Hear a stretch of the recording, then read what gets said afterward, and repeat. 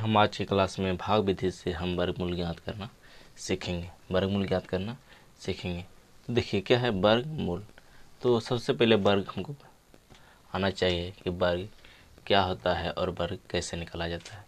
तो वर्ग निकालने का सबसे आसान है कि अगर किसी भी संख्या को का अगर वर्ग पूछे तो उसी संख्या से गुना कर दो। जैसे 2 का वर्ग पूछा है तो वर्ग का अर्थ ये होता है कि किसी भी संख्या को उसी संख्या से गुना करने पर जो गुणनफल आता है वही वर्ग कहलाता है। जैसे 2 का वर्ग ज्ञात करना है, क्या करना है 2 का वर्ग ज्ञात करना है तो हम 2 से ही गुना कर देंगे। क्या करेंगे 2 से ही गुना कर देंगे तो इसका जो गुणनफल आएगा 4 आएगा। यही कहलाता है वर्ग। यही क्या कहलाता है वर्ग कहलाता है। और 2 गुना 2 को ही हम 2 का स्क्वायर मतलब इस तरह से लिखते हैं, इस तरह से लिखते हैं और इसका गुणनफल क्या आता है 4 आता है। तो उसी तरह से मान लो यहाँ 3 का स्क्वायर लिखें, 3 का स्क्वायर लिखें, 3 का स्क्वायर लिखें।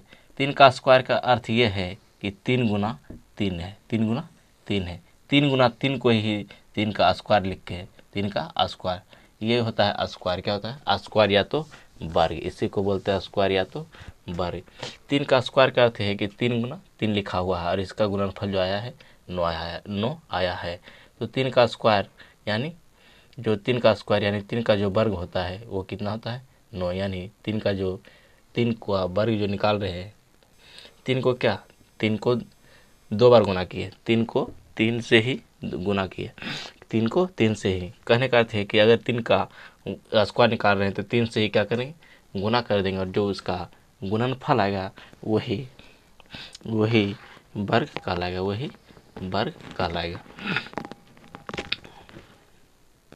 तो इस तरह से हम वर्ग निकालेंगे और इस तरह से सीखेंगे। तो देखिए उसके बाद देखिए सबसे पहला और वर्गमूल ज्ञात करने के लिए आपको कम से कम 10 तक वर्ग याद होना चाहिए। वर्ग 10 से वर्ग देखो अगर आपको पता है तब तो याद है तब तो ठीक है, नहीं तो आप इसे लिख लेंगे और यह याद कर लेंगे। जैसे 1 का वर्ग हमको निकालना है तो 1 का वर्ग क्या होगा 1। 1 का स्क्वायर का अर्थ ये है कि 1 जो है 1 बार गुना हुआ है और इसका गुणनफल जो आया है 1 आया है। यानी 1 को 1 से ही गुना किया और उसका गुणनफल कितना आया 1 आया है। उसी तरह 2 का स्क्वायर क्या आएगा 4 आएगा। 3 का स्क्वायर क्या आएगा 9 आएगा। 4 का स्क्वायर क्या आएगा 16 आएगा। 5 का स्क्वायर क्या आएगा 25 आएगा। 6 का स्क्वायर क्या आएगा 36 आएगा। 7 का स्क्वायर 49 आएगा। 8 का स्क्वायर 64 आएगा।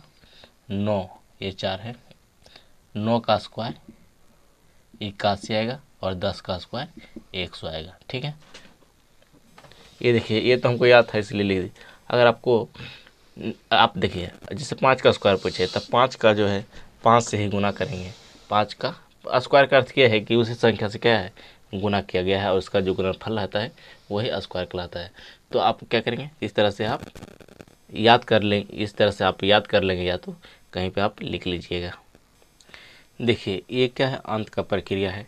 ये कहाँ काम आएगा हम आपको हिसाब जब बताएंगे ना तब वहाँ यूज करना बताएंगे। देखिए फिलहाल आप इसे याद रखिएगा या तो ध्यान में रखिएगा कि अगर अंत में 1 आएगा ना तो आप डायरेक्ट 1 और 9 को चेक करेंगे। ठीक है, अगर अंत में 1 आए तो डायरेक्ट आप 1 और 9 को चेक करेंगे। अगर अंत में 4 आए तो 2 और 8 के चेक करेंगे।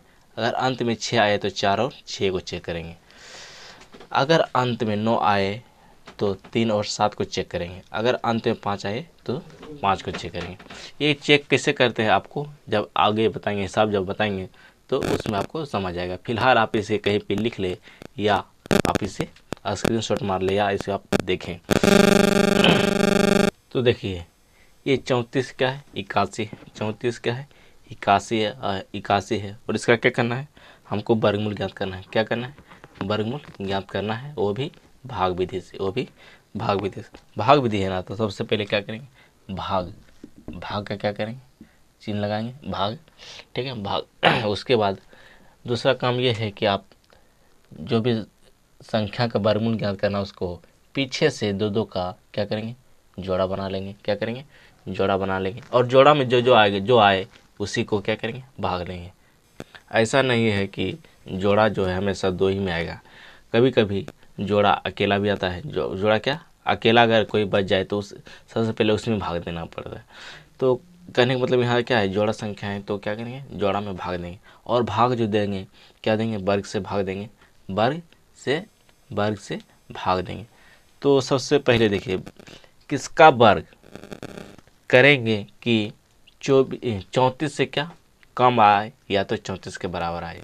तो शुरू से देखते जाएंगे। अगर 1 का वर्ग करते हैं तो क्या इतना आता है, 1 आता है। 2 को करेंगे तो क्या आएगा, 4 आ जाएगा। 3 को करेंगे तो क्या आएगा, 9 आ जाएगा। और 4 को करेंगे तो 16, 5 को करेंगे तो 25, 6 को करेंगे तो 36। यानी देखो जिसमें हम भाग लगा रहे हैं स्क्वायर से क्या है, ये 34 है। अगर 6 से लगा रहे हैं तो कितना, 36 हो जाएगा। तो 36 नहीं लगाएंगे, 6 से हम नहीं लगाएंगे, 6 के स्क्वायर से भाग नहीं लगाएंगे। लगाएंगे किससे, उससे कम जो आता है 5 का स्क्वायर आता है, यानी 25 आता है। 25 जो होता है 34 से कम होता है। तो 5 से भाग लगा रहे हैं ना, तो 5 से जब भाग लगा रहे हैं तो 5 यहाँ क्या करेंगे, 2 बार लिखेंगे और 1 बार इस साइड लिखेंगे। और 5 का जो स्क्वायर होता है यहाँ लिख के क्या करेंगे, घटा देंगे। क्या करेंगे, घटा देंगे। घटा तो हो जाएगा यहाँ पे 9, यहाँ पे कुछ नहीं, कट जाएगा। यहाँ ये दोनों संख्या क्या होता है, जुट जाता है। क्या होता है, जुट जाता है। उसके बाद क्या होता है, जोड़ा उतरता है। हमेशा जोड़ा ही उतरेगा, जोड़ा उतरता है। उसके बाद लास्ट जो प्रक्रिया बताए थे यहाँ काम आता है। देखिए लास्ट प्रक्रिया कब यूज कीजिएगा, जब आपको संख्या उतारने के लिए नहीं बचे हो तब। जब आपको संख्या लास्ट मतलब अब अंत होने वाला है। देखिए अब लास्ट प्रक्रिया, यानी अब देखिए उतारने के लिए कोई संख्या है, कोई संख्या नहीं है। तो अब देखिए अब यहीं से क्या होगा, अंत हो जाएगा। तो समय बचाने के लिए ही हम लास्ट प्रक्रिया का यूज करते हैं, लास्ट प्रक्रिया का यूज करते हैं। तो देखिए अंत में क्या बोले थे, 1 और 9 रहे, एक और अगर अंत में 1 रहे, अगर अंत में 1 रहे तो डायरेक्ट हम 1 और 9 को चेक करेंगे।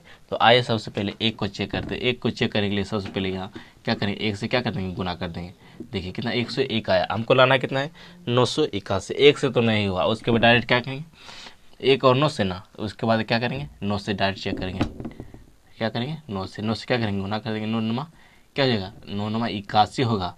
और 9 गुना 0 0 और बाकी 8 जुड़ जाएगा। और 9 1 ही 9। देखिए कितना आ गया। तो देखिए डायरेक्ट कितना, 9 से गुना किए तो 2 बार 9 यहाँ लिखेंगे, 1 बार 9 यहाँ लिखेंगे। उसके बाद इसको जब गुना किए तो कितना आया, 981। अब ये दोनों को जोड़ देंगे, क्या ना, जोड़ देंगे। क्या करेंगे, जोड़ देंगे। इसको घटाएंगे तो क्या हो जाएगा, कैंसिल हो जाएगा। तो अंत का जो प्रक्रिया है वो अंत में यानी समय बचाने के लिए किया जाता है, समय बचाने के लिए किया जाता है। और इसका जो आंसर जो होगा ये 59 होगा। क्या होगा, ये सेट जो आता है वही क्या कहलाता है, वर्गमूल कहलाता है। क्या कहलाता है, वर्गमूल कहलाता है। वही क्या कहलाता है, वर्गमूल। और एक चीज़ याद रखिएगा कि आप जो वर्गमूल को जब आप 2 से गुना कीजिएगा तो ये हमेशा आना चाहिए, हमेशा आना चाहिए। नहीं तो ये क्या वर्गमूल आप गलत बनाए हैं। अगर दुगना नहीं आएगा तो ये आप गलत बनाए हैं। कहने का अर्थ है कि 59 आप क्या बोल रहे हैं, वर्गमूल आया है तो इसको आप 2 से गुना करेंगे तो 9 दूनी क्या है, 18, 5 दूनी 10 है, 10 1 11। तो देखिए इतना रहा, ये दो गुना जब किए इतना रहा। इसका अर्थ ये है कि जो भाग विधि से आप वर्गमूल बनाइए क्या है, सही बनाए हैं। तो इस तरह से हम भाग द्वारा वर्गमूल ज्ञात करेंगे। तो आशा करते हैं कि ये आपको समझ आया होगा।